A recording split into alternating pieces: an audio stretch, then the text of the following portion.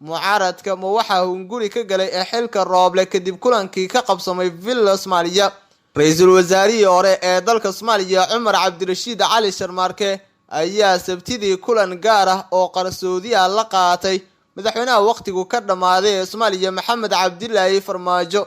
Sharmaarke oo dhawaan ku soo laabtay magaalada caasimadda ee Muqdisho ayaa kulamo wada tashi ah la qaatay xubnaha midowga musharaxiinta mucaaradka Soomaaliya, wuxuuna la qabtay dhowr shaqo oo gaar ah. Isaga iyo gudoomiyihii hore ee golaha shacabka Maxamed Sheekh Cusmaan Jawaari ayaa aragti hordhaca ka keenay habka loo sameyn karo golo qaran haddii la joojin waayo doorashada boobka ah, taasoo loo qaybiyay xubnaha midowga musharaxiinta mucaaradka si ay dood xoogan u geliyaan. Cumar Cabdirashiid Cali Sharmaarke ra'iisul wasaarihii hore ee dalka Soomaaliya wuxuu kadib kulan gaar ah la qaatay madaxweyne Farmaajo. Kulankan oo la sheegay in uu ka yimid dhanka madaxweyne Farmaajo kama marna in uu Cumar Cabdirashiid aaminsanaa in haddii maamuladii doorashada wada boobayaan in la raadiyo dariiqa kale oo awoodda ugu soo laaban karto siyaasiyiinta la yaqaano ee heer federaal. Si kale markii loo dhigo habka awoodda iyo loolanka loogu soo koobi karo Farmaajo iyo mucaaradka la yaqaano.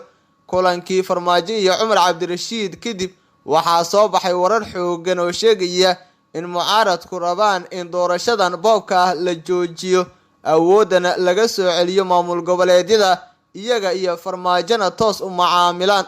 balse dhinaca kale xubno ku dhow xafiiska ra'iisul wasaare Maxamed Xuseen Rooble waxay qabaan in mucaaradka Farmaajo kala hadleen in xilka ra'iisul wasaaraha uu mucaarad ka siiyo 2 sano oo cusub iyo hanaan doorasho oo maamulada daciif ka yihiin laga wada hadlo, iyadoo la tirtirayo dhammaan xubnihii ku soo baxay doorashada boobka loona laabanayo ama la soo nooleynayo baarlamaankii 10aad. mucaaradka sida muuqata hadda waxaa Farmaajo uga daran madaxda maamul goboleedyada dalka. haddaba markii uu warkan soo baxay kadib waxaa la xiriirnay qaar kamid ah madaxda mucaaradka si aan uga weydiino waxa ka jira in ay gorgortan ra'iisul wasaare miiska keeneen. xubnaha aan la hadalnay waxay sheegeen in maadaama uu Rooble awoodi waayay inuu cabashadooda xaliyo, maamuladiina diideen shirki doorashadiina in la boobayo ay caddahay, ay dareemeen inuu jiro xal kale oo sheegaya mucaaradka iyo Farmaajo maxay wada qabsan karaan hadda. mucaaradka ma xaqiijin mana beenin in lagu gorgortamayo madaxa ra'iisul wasaaraha iyadoo loo laabanayo baarlamaankii 10aad, doorashada socotana laga dhigayo waxba kama jiraan. xubnaha xafiiska ra'iisul wasaaraha oo iyaguna aan la hadalnay arrintan si weyn ayay uga walaacsan yihiin.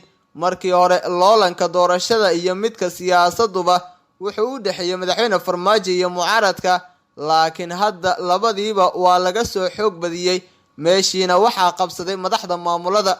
waxaa cad in waqti dheer kadib uu hogaankii siyaasadda isbedel qarka u saaran yahay oo awoodii ay aaday jiha kale oo aan waxba xeerinayn, waana ragga hormuudka u ah gobolada dalka. sida qura ee awoodda ay degdeg ku heleen looga dhigi karo hogaamiyaasha gobolada waa inay Farmaajo iyo ragga ka soo horjeeda keenaan doodtii hore mid ka duwan, ayay leeyihiin dadka siyaasadda ka faalooda qaarkood.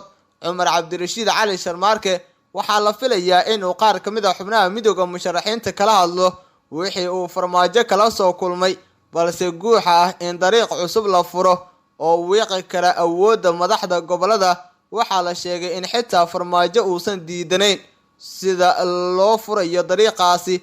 mucaaradku inay isku fahmi karaan sharci ahaanshaha arrintan iyo in la heli karo doorasho kale oo heshiis lagu yahay waa mid u baahan sharaxaad kale iyo faham dheeri ah.